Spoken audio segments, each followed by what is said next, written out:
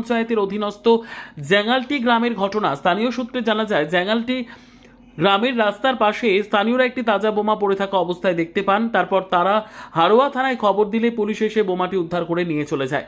কে বা কারা তাজা বোমাটি রেখেছেন সেটি এখনো পর্যন্ত জানা যায়নি, তবে ইতিমধ্যেই গোটা ঘটনার তদন্ত শুরু করেছে হারোয়া থানার পুলিশ। শেখ রতনের রিপোর্ট, পিবি নিউজ।